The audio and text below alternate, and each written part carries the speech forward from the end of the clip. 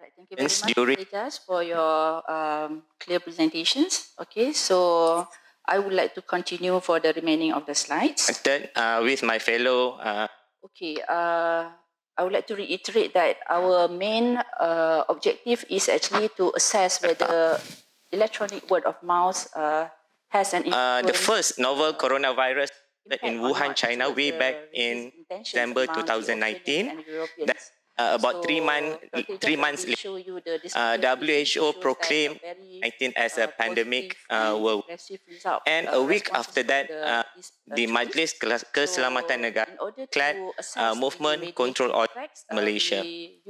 So, because of this situation, this outbreak resulting a lot of social and physical changes among us, where we have to confine at home because of these situations, and it changed a lot of our life. Very good, significantly and positively students, they cannot go back to campus to further study, to enroll their courses, so they have to do their learning process at home, as well as in terms of behavioral changes in purchasing to food and whatnot. So in terms of food purchasing, we tend to get, rather than a fresh and on daily basis food, we tend to buy processed. The shelf life is longer. So thus, this issue rely on cost of lifestyle and health impact to human health So that's in why, overall. We couldn't tap it was conducted to determine the dietary and physical activity level, as well as the bowel movement frequency among undergraduate students. Based on this empirical result, then further investigation was done to identify the relation between dietary and activity level to their bowel frequency. Gotten the responses from age from above 46 years old. But now we are in digital era, so everybody's actually relying on our smartphone to get information, okay, particularly on we experiencing bowel generations, okay, they really post their experience in this social media. So what I'm trying to say here, even though up to date, we don't see that e-worm is much or matter for these Europeans and Oceania, but the policy makers like Tourism Malaysia or Malaysian Productivity Corporations, they need to continue to train or to give workshops, okay, for the tourism operators, how to develop their social media in order to attract more tourists to come to Malaysia. So as for the practitioners, tourism operators, the higher they constipation, finding, we found that most of the weight, the higher the body weight, the Facebook, okay? Even though nowadays we have experience constipation. Okay? So the and of course, between dietary intake and activity, it is proven that both dietary intake and low physical activity contributed to constipation. So, to conclude, so this study was conducted among non-health sciences, because some of the question we want to avoid bias in terms of some of the question. So we recruit about 63 students from Faculty of Business and Management in UiTM Puncak Alam, and this study was conducted between December 2021 to February 2022. Even though this is far beyond after the EO declaration, which is about 15 months after the EO declaration. So we recruit the full-time students via online form, and we exclude a few criteria which mainly due to medication or activity already induced their constitution status. So the descriptive analysis to determine the bowel movement frequency, the intake and physical activity level applicable, and the patient was tested using the square test. So, majority of the participants were female, about 70%. And in terms of the weight status, it is consistent to our national balance of weight status. Majority of our... Okay, thank you very much, Prof. Okay, we collect data through Google Forms. So... experiencing overweight and obesity. These limitations, okay? In terms of bowel frequency, they are okay. About 27 or 20% of the participants experiencing movement frequency of less than 3 times.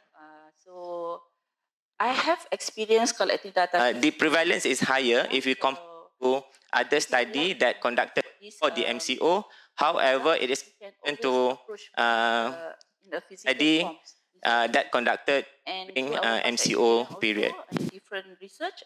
Actually, this international study, they are very physical activity level. They like to cooperate compared to local. Our participant practicing one of the ways. Good physical activity, whereas the can I add something? Low physical activity level. We can make the research more credible next time by having a probability 2019 and having a larger sample. And instead of snowballing, using a random sample, that would allow us to generalize the findings. This has been protein, carbohydrate, fat, and fluid intake. So from the findings, protein and fiber shows that the intake of our population is low compared to recommendation.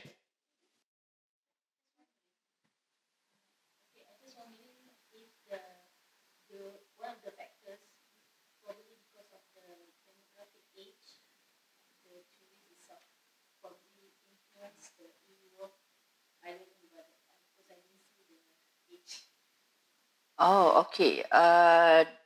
The age was written in the article itself, but it's not in the table here. Okay. Anyway, the responses were received largely from the age of 36 years old and older. We did the recommendation. And also, as presented by Dr. Ijaz, the table also shows, maybe I can show you the table. Can I have a minute for that? Okay.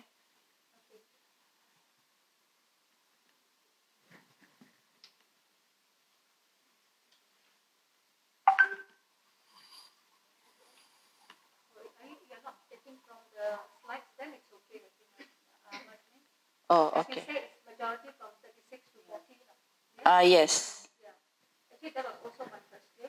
Okay, the age group. Okay, so do you think in any way has it influenced the outcome of your findings? Yes, and one more thing.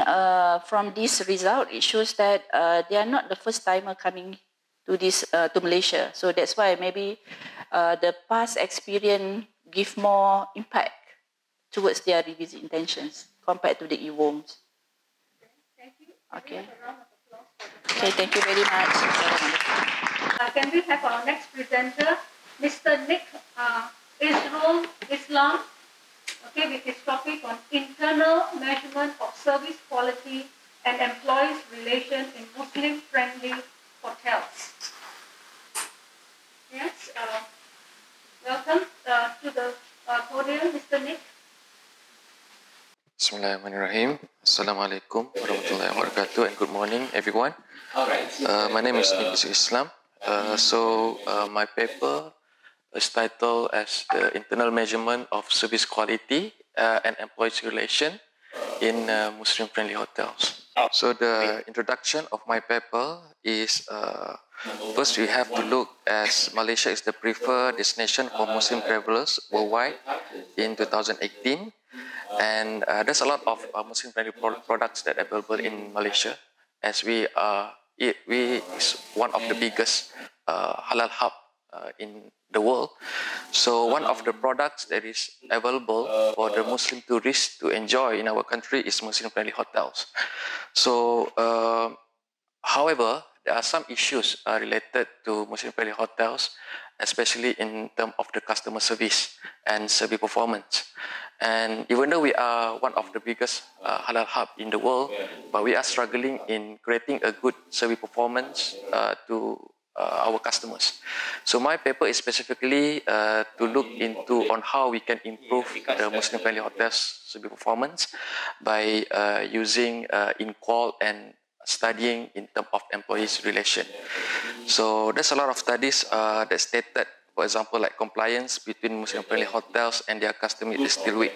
So this is a recent study from Razak et al. 2019, and there are other studies from Al-Battat 2018 also mentioned that Muslim-friendly hotel is struggling in terms of providing an excellent customer service.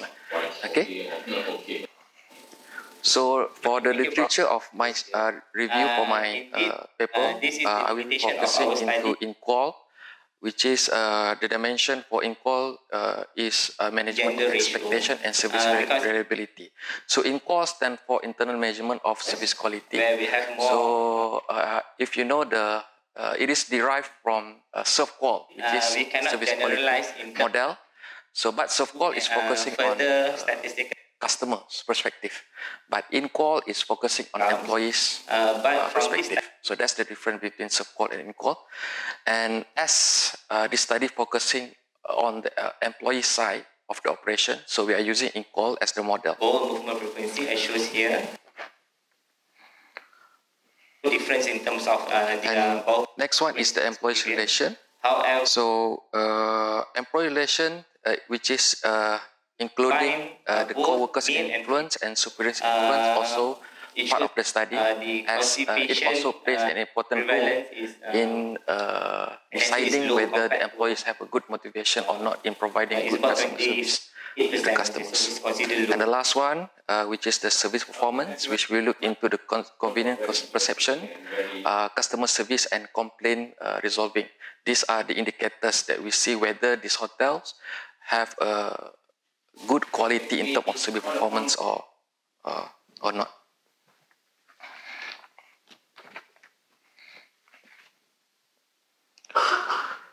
So this is my theoretical framework.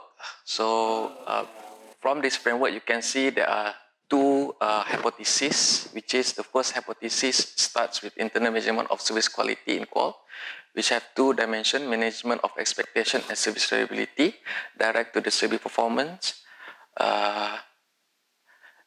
which is convenient perception, customer service and complaint resolving, and the other one is employees relation, which is co-workers influence and superiors influence.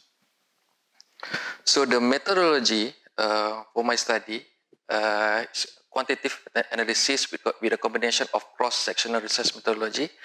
A total of 390 respondents who agreed to participate in the study. So I would like to highlight that the respondent for the study is mainly the hotel operational employees that work in food and beverage, front office and housekeeping. Because they are the ones that are really close to the customers. They are the ones that give hand-to-hand service to the customer. And then structural equation modeling with partial least square, PLSM, estimation motivated data technique. PLSM analysis was computed by using the bootstrapping method, and from that 5,000 replication of samples were computed. So for the findings of my study, it is based on the measurement model analysis. So based on this analysis, it confirmed that each variable in this model can be considered to have an optional convergence and discriminant validities. And based the other one, which is the structural model analysis. Okay, this analysis indicated that management expectation and service reliability give a medium effect size towards service performance, whereas superiors influence and co-workers influence can be considered give a small effect size relationship. So for the conclusion, undeniably, in-call and post-relation contribute significantly to the improvisation of service performance for Muslim-friendly hotels. The theoretical model in the study seeks to close the gap in the literature for the assessment of the in-call and employee relation towards Bismillahirrahmanirrahim. Assalamualaikum warahmatullahi taala wabarakatuh. So by referring and a very back to good the morning result to of the everyone. data analysis, To it shows that Mr. if Chair, the Professor average Mashan, level of management expectation, Fida Muhammad from service variability, with superior I am influence from and Faculty of co-worker Health influence Sciences, was UiTM simultaneously Puncak Alam high campus. and simultaneously So today I would like to increase, share the average level of service. a recent On the study other hand, the analysis done by also revealed that team management entitled expectation The Differences in Critical Thinking and were the primary Decision-Making factors among Critical Care and affecting service Critical performance Care because both Nurses. path coefficient values were approximately high. So as the research background, The role of the employee critical relation care was is also necessary identified as nurses another to important recognize factor and in leading their employees to provide nursing excellent judgment. service, especially in The terms of terminological co-workers' influence and the absence of the widely acknowledged clinically That's all for my applicable presentation. conceptualization, the critical thinking remains an important area. Yes, we get the rationale why you chose this topic. Mhm. There was a number of Deduction and explanation of conceptual, methodological and criterion based bootstrapping technique. So to ensure that patient I think it's decision-making abilities using decision-making in nursing care to improve the patient's clinical status. Yeah. Therefore, the study to examine the level of critical thinking and decision-making among critical care and what kind of group in terms of decision-making and its association with demographic characteristics. So these are the So how did you stratify? What was your stratification criteria? Okay, so as mentioned, it must be work in hotel operational side, which is front office. As well as they need to demonstrate that clinical and non for the critical and non-critical. It can be either manager, supervisor, or line workers. Regarding to your finding, Critical thinking skills. I mean, so other studies of nurses and non-critical care nurses did not differ significantly. So for the clinical decision making, integrates knowledge to control patients around. Yes, Prof. Yes, Doctor. By Mahama in 2000. As I mentioned, the in-call is derived by the self-call. And self-call is mainly focused on evaluating the service quality based on the perspective of customer. Okay, we move on. But this model is focusing on how we want to see the level of service quality, but it is based on the employee's perspective. So that's the difference. Okay. Thank you, Mr. Dick, and wish you all the best. Thank you. Thank you very much. Okay. In the private hospital, Klangvedi, using a Next, we have Ms. Nur Amira. Okay, and she's talking on, she's discussing exploring the influence of e-service quality on custom engagement behavior via PLS plus. For non-critical care nurses in thinking was 3.4. Next, we move on to the table number 2. So the result from descriptive statistics of the level of clinical decision making among critical care and non-critical care,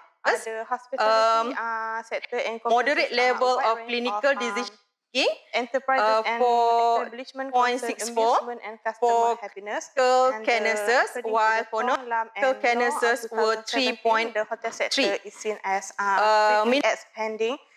And the issue caused by COVID-19 have greatly affected almost every was element of the hotel operation. But For the clinical decision making for critical care nurses was 3.55 where a majority of reservation of hotel booking. Other than that, the relationship between critical and clinical decision making shows positive correlation. 3 out of every 4 billion people use the electrical gadget like a mobile gadget to serve the material for to make a reservation.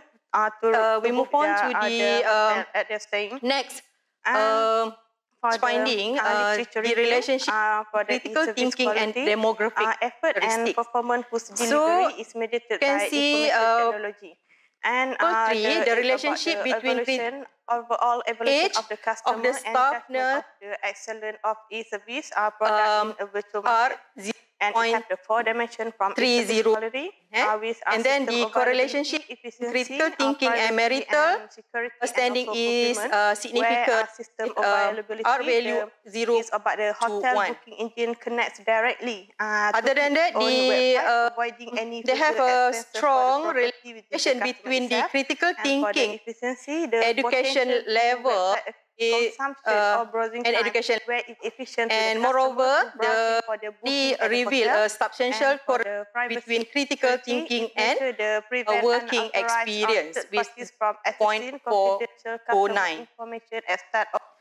Other than that, when the customer want to book a hotel, then the correlation between payment and gender and critical privacy also and security about the information, the personal information, and the zero ordered R value 0.007, and there is no significant correlation critical thinking and ethnicity. Where each action between the customer itself on to and the the hotel table service 4, provider, where the relationship between the critical personality trait, clinical decision making and impact on how characteristic. well a company So, engages analysis with the of this customer result keep engaged with the customer, show that the relationship between clinical decision making and service of the staff nurse is good, and the decision making also figure with the marital status. Network and start with a focus on customer online review, as the somehow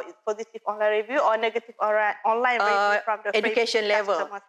Other than that, moreover, the shows that relationship between decision making and working experience. And other than that, the relationship gender and city with clinical decision making and not significant. Method from the same. Okay, next we on to the discussion. This study, the study indicate that such as a Facebook possess a moderate level of critical and the other study observe no significant difference in critical thinking between critical care and non-critical models.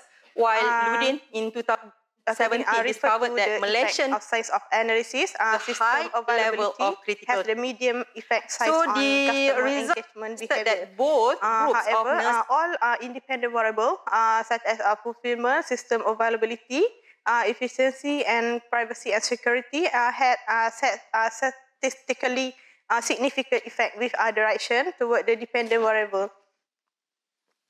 It also supported by the decision-making interrelated.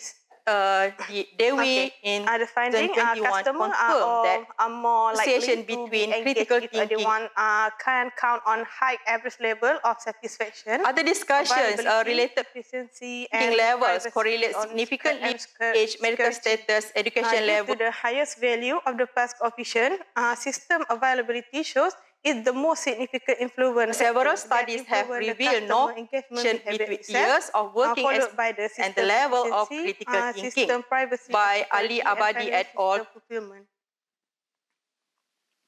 And for the conclusion, customers are more likely to be engaged if they can count on the high level of the satisfaction, system availability, efficiency, and privacy and security. It is believed that the result of this research have made a substantial contribution to the both academic and industrial field of the hotel management. This study may give a more complete picture of the major in terms of the factor association between the age of us and their ability to make clinical decision making. between the number of years nurses have worked and their decision-making skills. For the conclusions, critical, non-critical care nurses reported level of critical thinking and clinical decision-making about the population. So the level of thinking and clinical decision-making affected by age, marital status, level of education and years the population is small where so the old and more experienced staff will be to think critically and make judgment more effectively. Furthermore, continuous education in service orientation are advised. Development of effective the Google form, thinking and decision-making ability among nurses, taking demographic and clinical differences into account. So with that, thank you very much.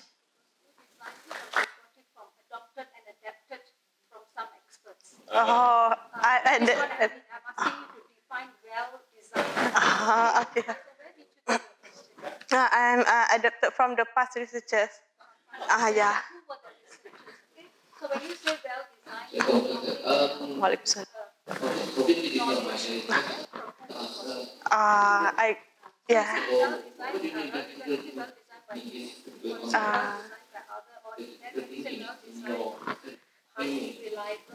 Oh, okay. Okay.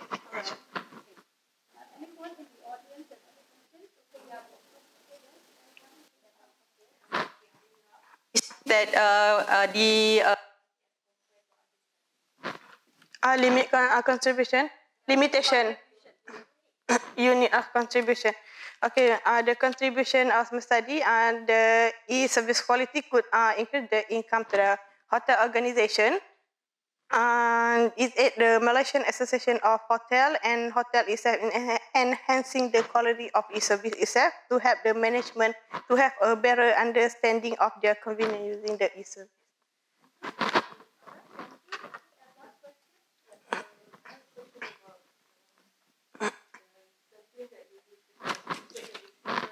Yeah.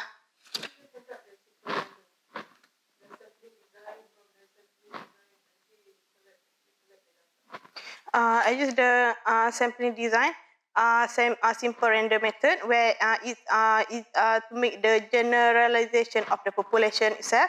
Critical care. So for critical care, it means hotel for working in the where it or is patient with critically ill patients small, where intensive care only unit. get the 274 The questions is related power analysis. In order want to get a statistical significant, it's better go at least what do you call that? It means that how do you this nursing care if there a problems of patients?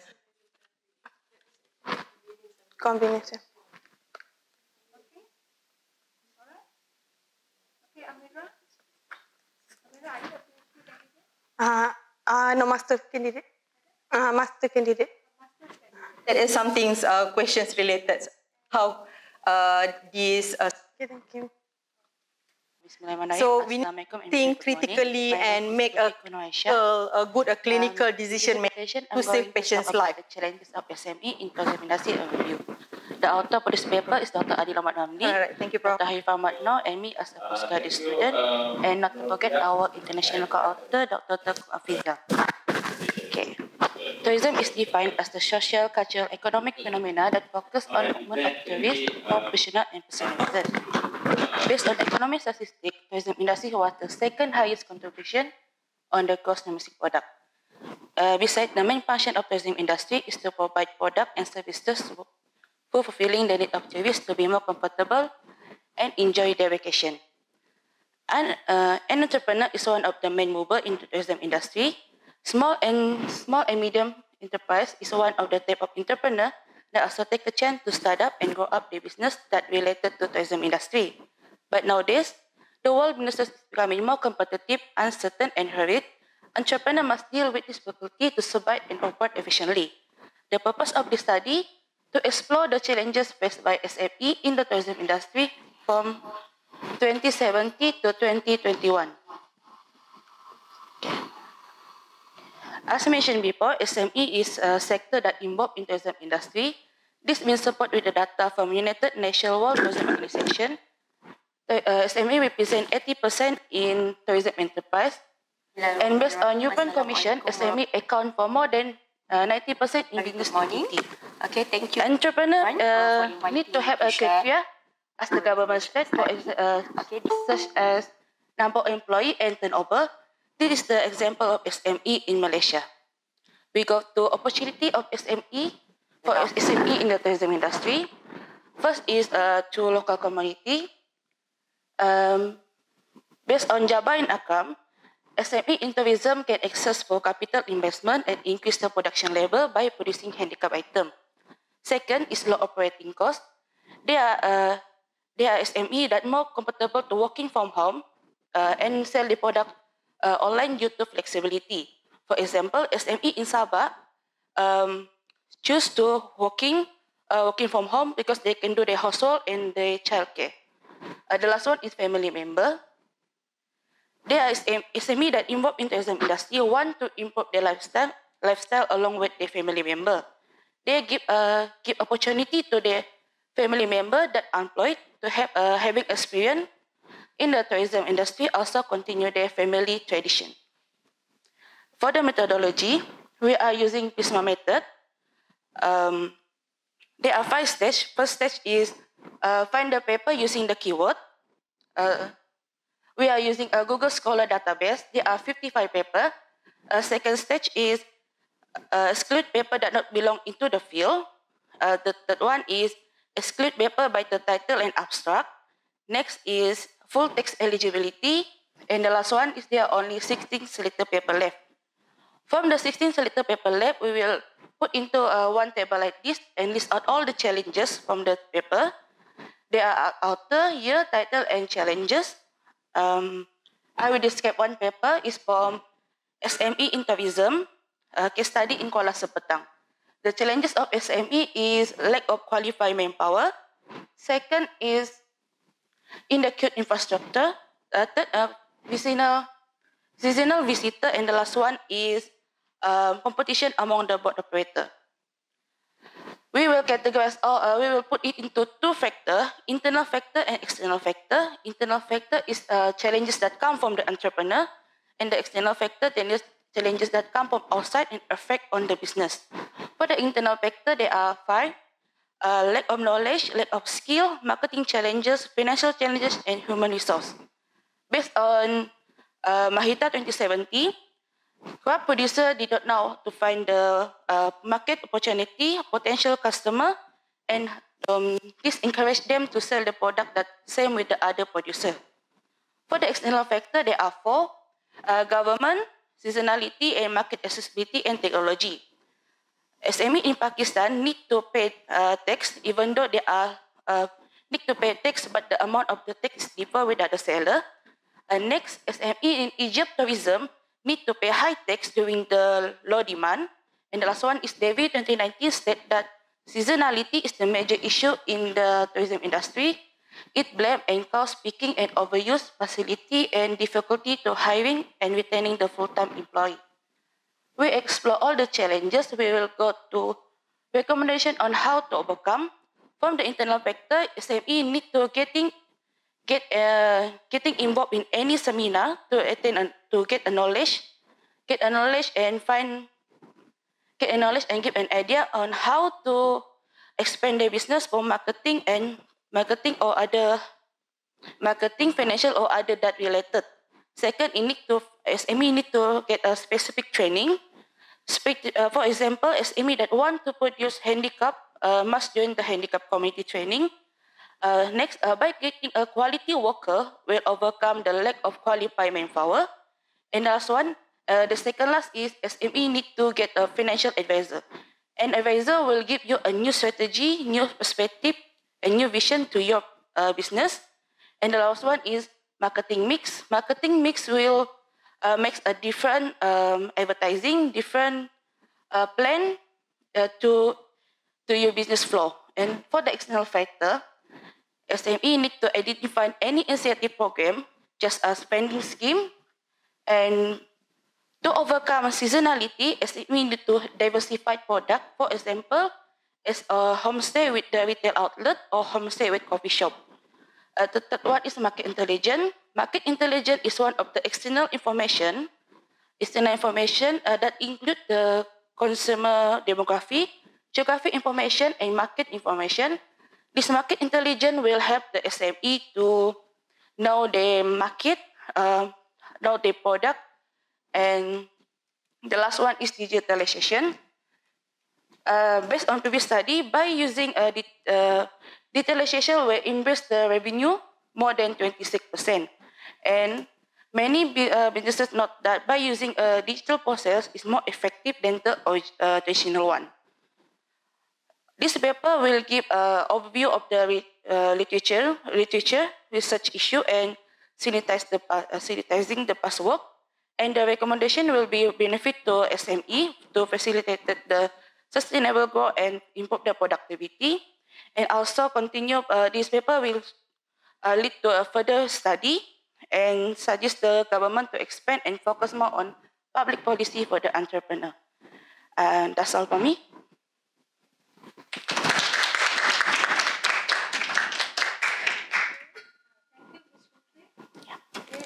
Something different that you did a review of the challenges of SME in the tourism industry.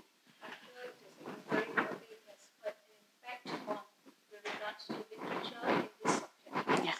Okay? Now, while doing the systematic review, what were some of the parameters you kept? Okay, you looked at only the factors, yes, and you only looked into Google's column. Yeah.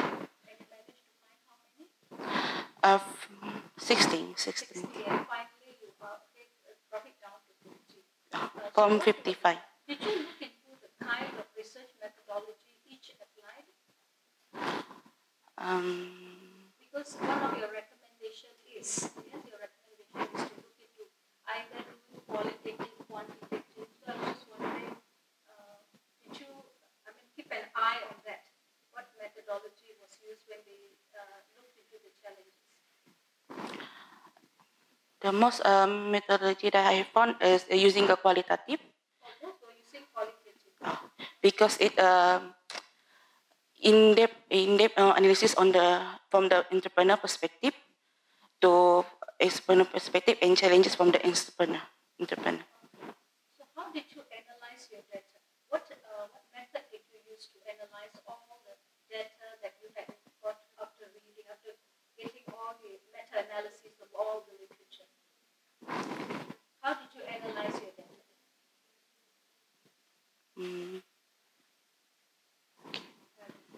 Did you analyze it? You see, I saw that you had done your analysis, you had the challenges and all. So, how did you do it? Did you do it qualitatively, quantitatively, qualitatively by identify the most frequent challenges. Okay, you did frequency. Yeah. That is what I want to know. And I put it Because to. it's very interesting. Because you remember when you did paper, you did highlight whether you did frequency count. That means you did frequency count. Yeah. It's a very quantitative method. Yeah. Yes. Did you, when you came up with these themes, who developed those themes? From literature, you did thematic analysis. Yeah. Yes. Okay. All right. Interesting. It's a very. I know some of the challenges you face doing this.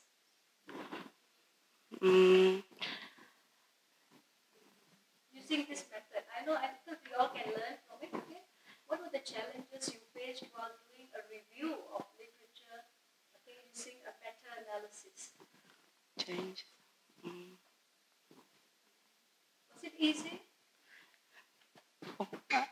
For me, it is. For you, it was easy. For me. Okay, we all.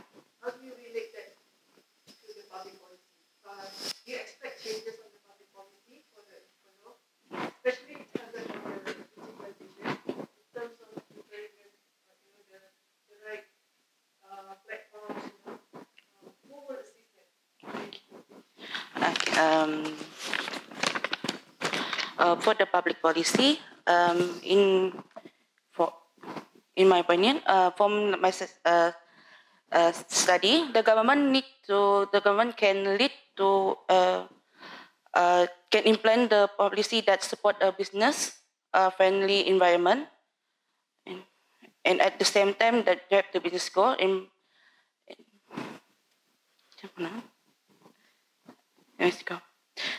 because the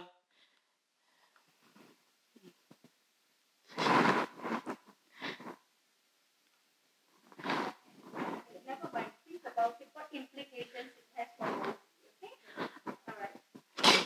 Anyway, thank you.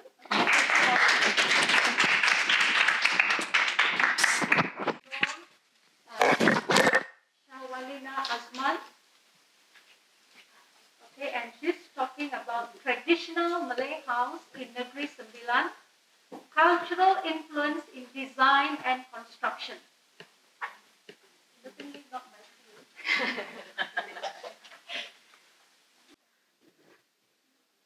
Adat pepatih masih dijunjung, gagah berdiri, seri menanti.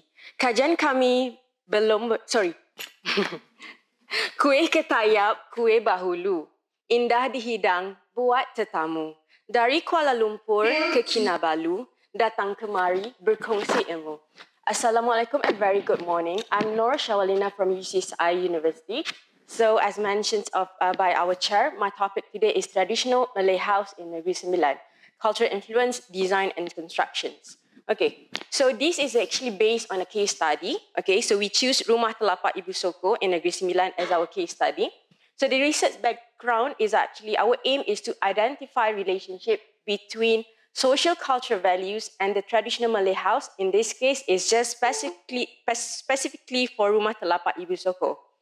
Okay, so our objective is to discover the cultural manifestations that has affected the design and constructions of traditional Malay houses in Negeri Sembilan. So how we started with this research, actually the main issue in Malaysia is about there is a lot of abandoned traditional house, mainly in Negeri Sembilan. Okay, so we try to understand why this thing actually happened in Negeri Sembilan, and it's actually close related to. Gonna talk a bit about the literature review. So this will be like an overview to understand like what is adat pepatih. So adat pepatih is actually a part of intangible cultural heritage of Malaysia that mainly use matrilineal form of administration, meaning it's focused on women's side. Okay, so in Negeri Sembilan, adat pepatih is still being used. Okay, it's very important in Negeri Sembilan. So this is from the diagram. You can see that this is the hierarchy of culture happens in adat pepatih. So it started from Ibu Soko, anak buah, rumpun, ruang, perut, suku, and loak. So, but mainly in adat pepatih, Ibu Soko is the very important person in adat pepatih. So, Ibu Soko, from the word Ibu, you know, it's actually mainly a woman, okay? So, in any decision-making culture event in adat pepatih, they have to refer to Ibu Soko. So, they have to refer to them like, when is the right date, when is the right time, where they should do the event, everything they have to refer from Ibu Soko. But in the main government, like Ibu Soko is not the one top in the hierarchy of management of adat pepatih, but because they are like in between of the main management and also the normal people, the rakyat. So it's quite important to have decision from this Ibu Soko. So in one of our literature review, also to talk about the importance of Ibu Soko. So in terms of religious, traditional custom, everything has to refer to Ibu Soko. Okay, so another important element in adat pepatih is the customary land. So this is quite close related to the issue that we bring earlier. So customary land is tanah adat, is considered sacred and or the most critical thing in adat pepatih. So mainly all the land, the houses is belong to the woman of the family. Okay, so from here we can, the diagram, I won't explain it in detail, but we can see that there is a few part of customary land in adat pepatih. There is matrimonial property, inheritance land, and prenuptial land. So mainly matrimonial property is the tanah carian, inheritance land is tanah pusaka, which is common in other Malay culture, and then prenuptial land is tanah bawaan, meaning that you bring the land when you get married. Okay, so issue from the customary land, which is mainly the issue for the whole research, is like many women leave the village when they marry, and especially when they marry someone that is not from Negeri Sembilan. So they follow the husband because it's norm for Malay that you have to follow your husband. So this cause of the abandonment of customary land because the land is belong to the woman, but nobody gonna take care of it because they have to go outside from the Negeri Sembilan itself. So for the men, because they don't own the land, so they feel that they have less power or ownerships of the land. So they try to go out from Negeri Sembilan to get a better job, a better land, or any other opportunity to get more money. So it became an issue where most of the land, most of the houses in Negeri Sembilan become abandoned. Okay, so next we talk about the relationship between traditional Malay house and culture. So even though we're focusing on Negeri Sembilan, we have a bit in general about Malay house culture. So in most of Malay houses, master carpenter is the main important person. So if you want to build a house, you have to refer for this master carpenter, okay, and they will lead the team to build the house, okay. And most of traditional Malay house, we build it as a gotong royong, meaning like the whole community will help to build the house. And social culture values are beliefs, traditions, and habits that influence our everyday behavior. So in one of the notable social culture values in Malay community is hospitality. And the Malays practice the communal intimacy. Let's say for normal common house, normal traditional Malay house, most of the houses are fenceless because they want to have a bigger compound for more community interactions. Social culture values are highly influence the form and spatial arrangement of the traditional Malay house. The simple example that we can understand from the old Malay traditional house is the way they design or the way they put toilet is actually outside of the house, because for Malay and Muslim, toilet is something is less hygiene, so they have to put it outside of the house. Okay, so when we want to focus on Negeri Sembilan traditional Malay house, okay, we have two main characteristics, which is the physical attributions and external influence that contribute to the traditional Malay house in Negeri Sembilan.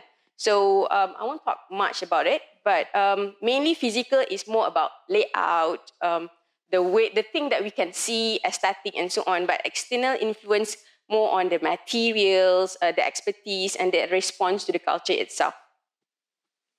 So our methodology, so because this is more on just one case study, so the methodology is a bit simple. So we do physical measurement for the Rumah Telapak Adat. We do have an interview session with the owner, which is also an Ibu Soko, Puan Nurani. And also we have interview sessions with the Negeri Sembilan museum officer, which is Encik Asrul, and we do have on-site observation. So from the findings and overview, we divided into two different findings. We have cultural manifestations and also building constructions. So in terms of cultural manifestation, okay, so we're going to talk about the house itself, because the house is rumah adat, meaning it's very important in adat pepatih. So the positions of the house, they have a very large compound, and they position the house is actually in the middle of compound, so they have a huge lawn or area to have more community event. Okay, so you can see the photos on top, the lawn, like very huge lawn, and the house is actually in the center. And there's a lot of vegetations around the house because last time they prefer to have their own vegetations, herbs around the house, okay? And then the zoning, you can see we have 3 Serambi. The red one is the Pangkal, Tengah, and Hujung. So the Pangkal is the one, the important part where Ibu Soko will have more discussions and everything happen over there.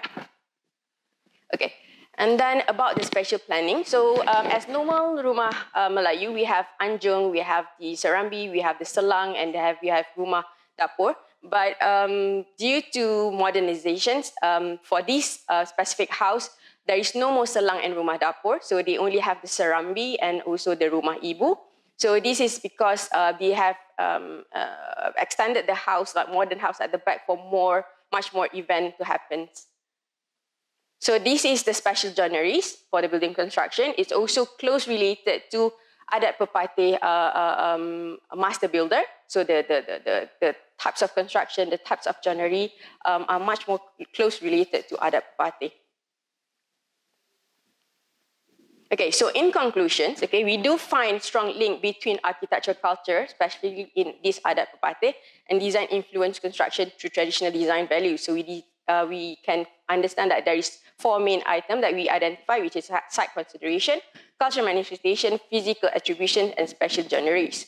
So for this, because it's only one case study, so for recommendations, we feel that because this is rumah Ibu Soko, which is the important rumah for adat pepatih, maybe in the future we can actually extend to the normal traditional house of Negeri Sembilan. Then we can understand, like, for the important house and the common house, what are the adat pepatih being influenced in that traditional house constructions and aesthetic.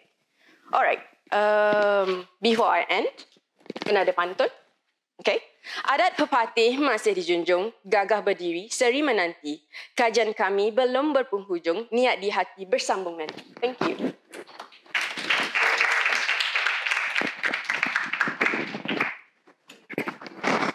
Shawalina. Yes. So I learned more today about traditional Malay houses in Negeri Sembilan and their culture, how culture affects. I was just wondering, you said you went to the site for consideration. What were some of the criteria that you went to observe, and how is it related to Sorry again, I didn't the criteria that you observed at the site? Okay, so when we went to the site, we actually went to, because we have these studies on to convert traditional house, we do like measured drawing, because we want to convert it into digital, so we can focus on the like borderless education kind of thing. So we actually focused mainly on the building construction and also how the aesthetic values and how people actually use the spaces for the house. That's how we actually look at the house, the spaces for the house. Because for Malay traditional house, like each spaces have their own meaning. So how they use the anjung, how they use the rumah ibu, and so on. Another thing that of interest to me was you said the joineries. Yep. You say it had influence on the adat pepatih. So how did that influence, and in what way? Because I'm not sorry, it's not my field, but I'm quite interested to know how joineries are affected by culture. Okay, so because in Malay traditional, we have the master builder, right? So master builder in Terengganu, master builder in Negeri Sembilan, like in Terengganu, they are focusing more on like the ukiran. So all the detailing, even the joineries have the specific ukiran. But for adat pepatih, for Negeri Sembilan, they don't have a specific that. So if you look at the joinery just now, everything is very simple, straightforward. Yeah, very straightforward. Exactly, so it's more on about practicality, not about the aesthetic. Okay, because adat pepatih, if you understand adat pepatih, they are very strict and very straightforward. So there is not much of like overdoing kind of things. How can you see it adat pepatih? Because that is like generally. Yeah, that's what I was thinking. It's quite general. Everyone does it that way. I don't think we should have it as adat pepatih generally. Yeah, okay, understand. So because I think it's also a bit biased because we went there for interview. So maybe everyone will just claim that it's actually from adat pepatih. I think I shouldn't phrase that as adat pepatih detail. I agree with it. Yeah, because that was of interest to me. Yeah. I was thinking it looked quite as what my carpenter would do. Mm-hmm. And then it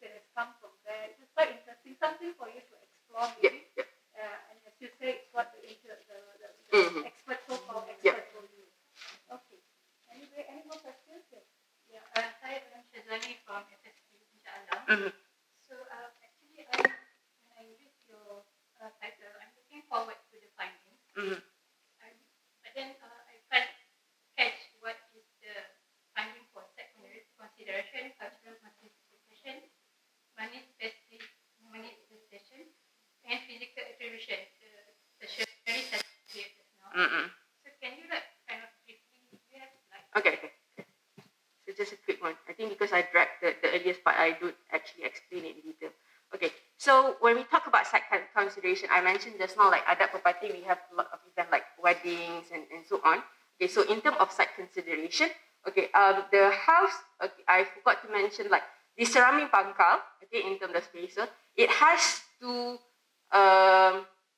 facing the river direction. Okay, so because in adat pepatih, that is sort of like giving directions. And this adat this rumah ibu soko is actually it's called as rumah telapak. Rumah telapak means it's like a rumah persinggahan. So in Negeri Sembilan, like when the Sultan want to travel from one place to another place, they will stop at one house where called rumah telapak. It's like rumah persinggahan. So that rumah has to face the river. So that is in terms of special planning, the site planning, and also how they position in the center, so they have wider compound for activities. So in terms of site consideration. Spatial planning is also the spaces. So we know that we have the anjong, we have the serambi, we have the rumah ibu, then we have the selang, and then we have the rumah dapur. So in terms of, if you look at the section, so anjong is the lowest part, and then we have, this is the anjong, like balcony.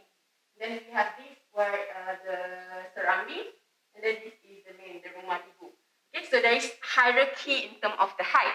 So anjong is like a quick place. You just go and there is no discussion. So there is a hierarchy of spaces. Like the higher it is, the important it is to the house. Okay, that one is under the spatial planning.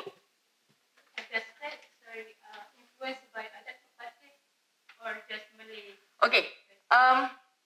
In general, all rumah Melayu it is similar to that. Okay, but when we talk about adat pepatih, that is the reason in terms of why is it. So in general, all rumah traditional Melayu have similar characteristic. What is unique of adat pepatih in that? Okay. I know because I don't know. Okay. Yeah, it's okay. The special thing is, I mean, when we look at it, it looks similar to any other rumah Melayu, but when they explain it in terms of the spaces, how they use it, especially like,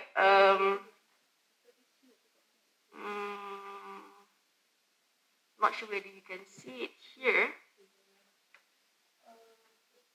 This part, this interior of the ceramic pangkal, there is actually like a covering place on top, like a curtain, something like that. All the important people, when they come to this persinggahan house or this rumah telapak, they will sit here, and only this place at the ceramic pangkal have this sort of additional curtain on top. It is because they, like last time we have the lizard. So if food or whatever it is, then the dropping of lizard will just. So because it's important person, they don't want that to happen. So part of that area, they have that kind of specialty like inside in terms of the interior.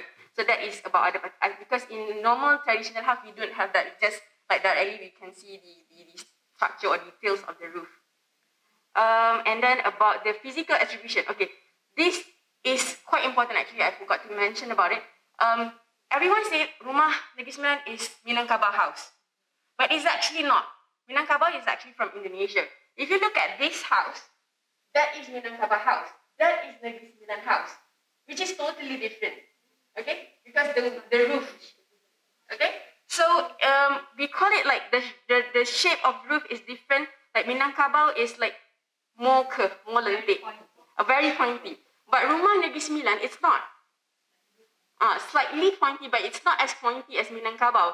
They are only considering about the weather because like that one is also for ventilation. If you look at closely at the house, there is like opening on that side to allow ventilations and light to coming in. but nothing sort of like similar much with the Minangkabau. So always people say like Negeri Sembilan House is Minangkabau House. Okay, thank you. I think they've already Okay. Sorry. Thank you so much. All right, thank you. Thank you for sharing. Okay. So can I call upon Miss Noor Rafida Hamza? Okay, and she is speaking on the heritage conservation effort of Rumah Uda Manap from paper-based sketches to digital drawing. Also not my area, but let's listen to her, and I'm sure she's got something interesting to share. All right, I'm Rafida. Our team topic will be the heritage conservation efforts of Rumah Uda Manap from paper-based sketches to digital drawings, right? So, can I start? So, pure aspirations to preserve the traditional Malay legacy deserve respect, because we know that heritage conservation and preservation are complex and costly as well. So, through reconstruction, through digital media drawings, it can help to increase the cost and time as well. So, that's the reason why we come up with this topic on how we can conserve and preserve the traditional Malay that we focus on Rumah Uda Manap itself. So about the Rumah Uda Manap, right? It's a 100-years-old house. Originally, it's located in Perak, or specifically in Parit, and that is being relocated in Rimbun Dahan, Kuang, Selangor. So it's a typical Perak house through its layout and design, but the uniqueness of this Rumah Uda Manap is through the decoration part. You can see the Rumah Uda Manap here is in colored compared to the normal Malay traditional house. It's in wood colored. It's not being colored. It's the original brown as it is, right? So that's the uniqueness of the Rumah Uda Manap here.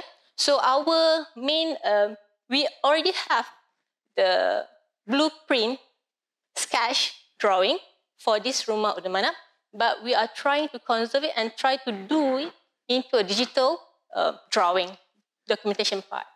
So this is going to be our aim and objective.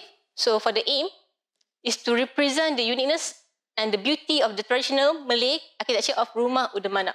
So you can see here from the pictures here, this is the existing condition of Rumah Uda Manap. So you can see partially of the existing part of the house being collapsed, okay, but it's being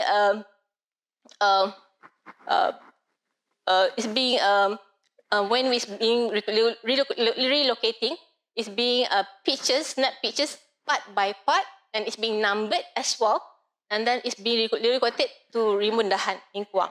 So what is the objective of this research is to discuss how conservation and preservation effort can be made through 2D drawings, and also to describe the morphology of Rumah Uda Manap for documentation and further discussion as well.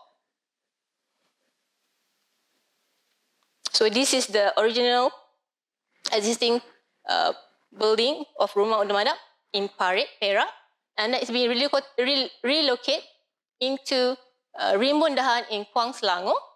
Okay, so Hijaz Kasuri, the famous Malaysian architect, is the one that played the main role to relocate this Rumah Uda Manap from Perak to Rimbun Dahan in Kuang, Selangor.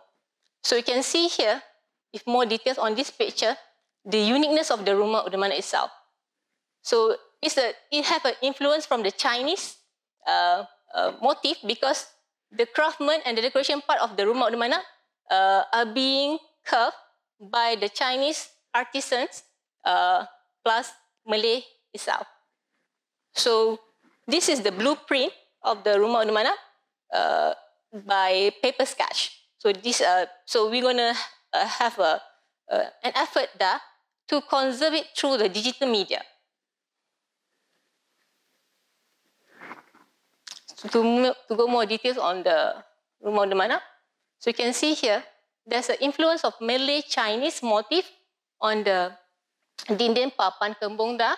You can see the influence of the birds, the dragons, the phoenix as well, right? That represent the freedom, that represent the prosperity, that represent like a good, something that good, that for the house itself, right? And then we can see that there's the ande-ande and the kepala cicak, right?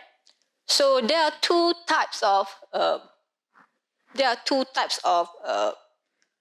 decorative elements that is under the non-structural component that you can see from the rumah udamana, okay? That influence from the culture itself. And then there's a panel kepala tingkap as well, in a semicircle panel shape and a rectangular panel shape as well, that you can see from the original of rumah udamana here.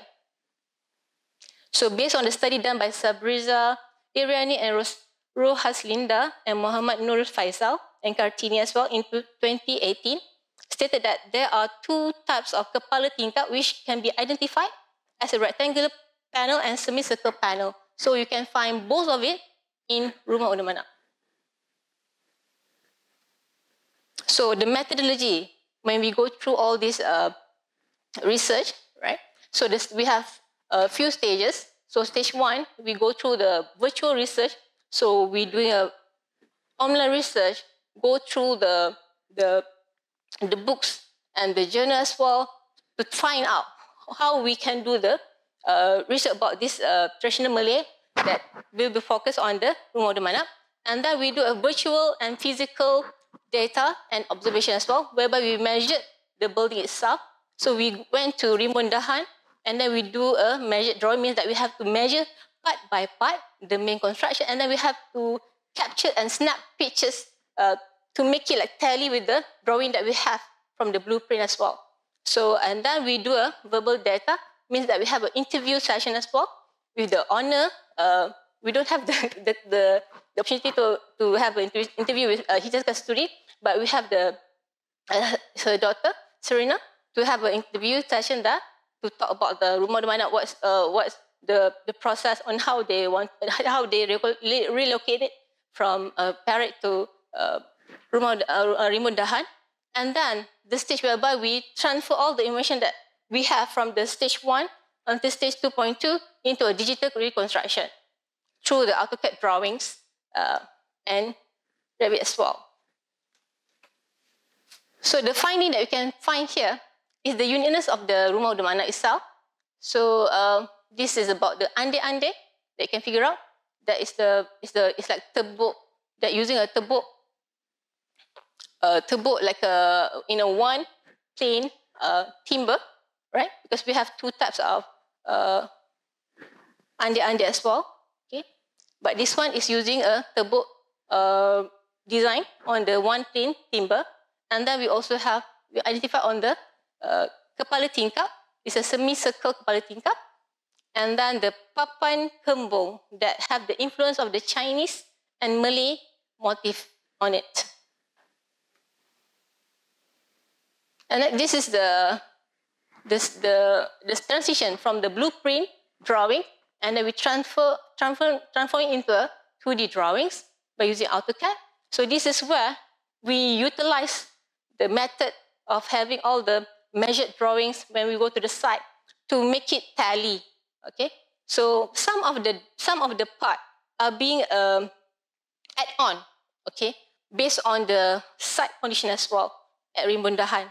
Because right now the Rimbun Dahan itself, right now the rumah udamana are being utilized by the resident artists to stay there and doing their artist work. And then this is the blueprint for the elevation drawings. Okay, so we compare the existing that we have from the Rimbun Dahan with the blueprint, and then produce it accordingly to the 2D drawings here.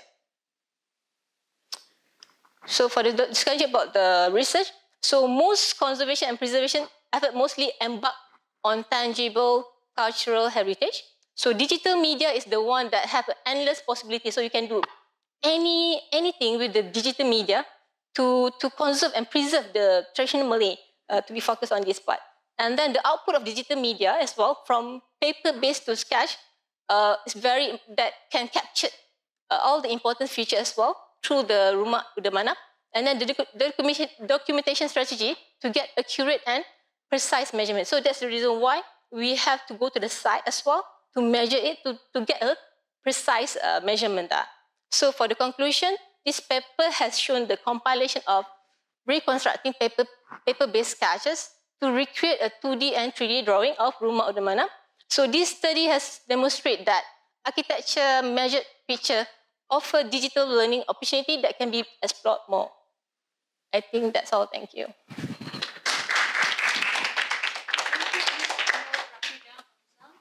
Interesting paper. Something that I also learned today. I was just wondering, the research method that you used was you went to the site and then you did some site measurement. Yeah. Okay? Talking about conservation, what conservation steps did you take as a team when you were doing this on-site study? All right. So for our research paper, we focus on the 2D drawings. So whereby we already have the blueprint drawings. So we try to use the blueprint drawing and produce a 2D drawing. So it's going to be a flat, means that we only produce the drawing. So for further research, actually, we want to focus on the 3D part, means that we're going to have a virtual drawing as well, besides the 2D drawings. So our focus for this research paper will be on the producing a 2D drawings. Okay, my question is, now when you go, this is a very traditional house. Yeah. Okay. It's been around for how many years? 100 years, yeah. Okay. Now you and your team went there. Yes, precisely. What conservation strategies or effort did you put when you were conducting this research? We done The pictures I do not see anything. I'm really wondering, you see, a layman's perspective. because we can see that when we go to the site, because the blueprint drawing is not that detailed as that the one that we did. When you look into the ornamentation on the Rumah Udamana itself, so we have to snap pictures and then trace back detail by detail based on the building existing there. So so compare. Yeah, we have to measure as well, part by part. Yeah, we have to measure part by part as well. Sorry. Yeah. When you measure, now it's a very old piece of Yes. What precautions did you take that you didn't destroy the wood, or what did you do? Oh no. Beside. That is my question. Wow. What conservation strategies did you as a research team take when you were doing this work? Besides having the very basic measurement on the site itself, we also snap pictures and then we try to scale it as well into the AutoCAD drawings. So we don't use the.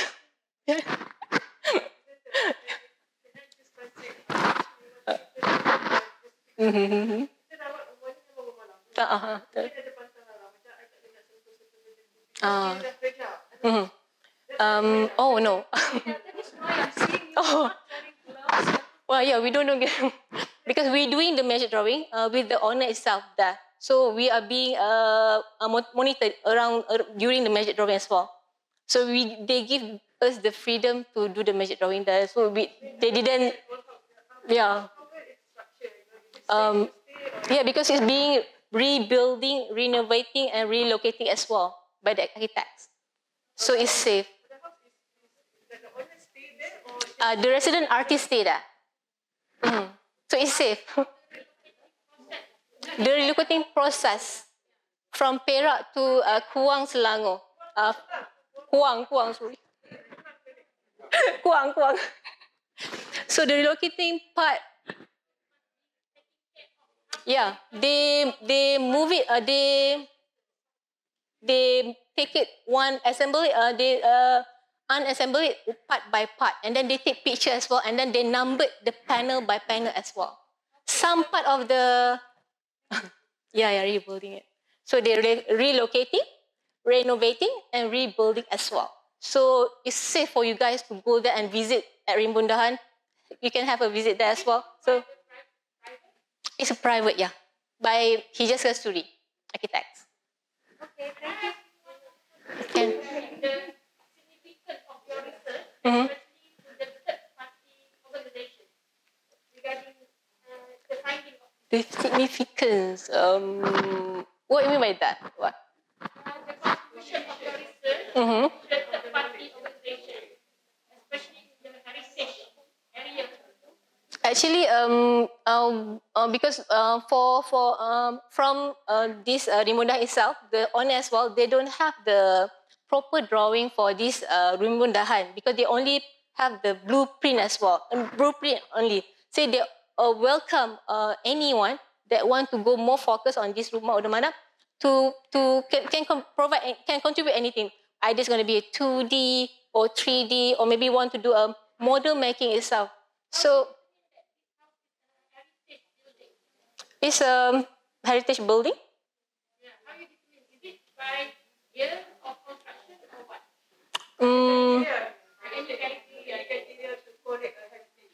Because it's a more than 100 years building, plus the uniqueness of the building itself. You can see compared to the other Malay traditional house, besides the rumah Kutai, and then rumah at Malacca's house. I'm not rumah Haji. I'm not sure. It's a Haji Malacca house. Sorry. Kan Daming. That's a. No, mountain. Oh, sorry. Okay. Sorry.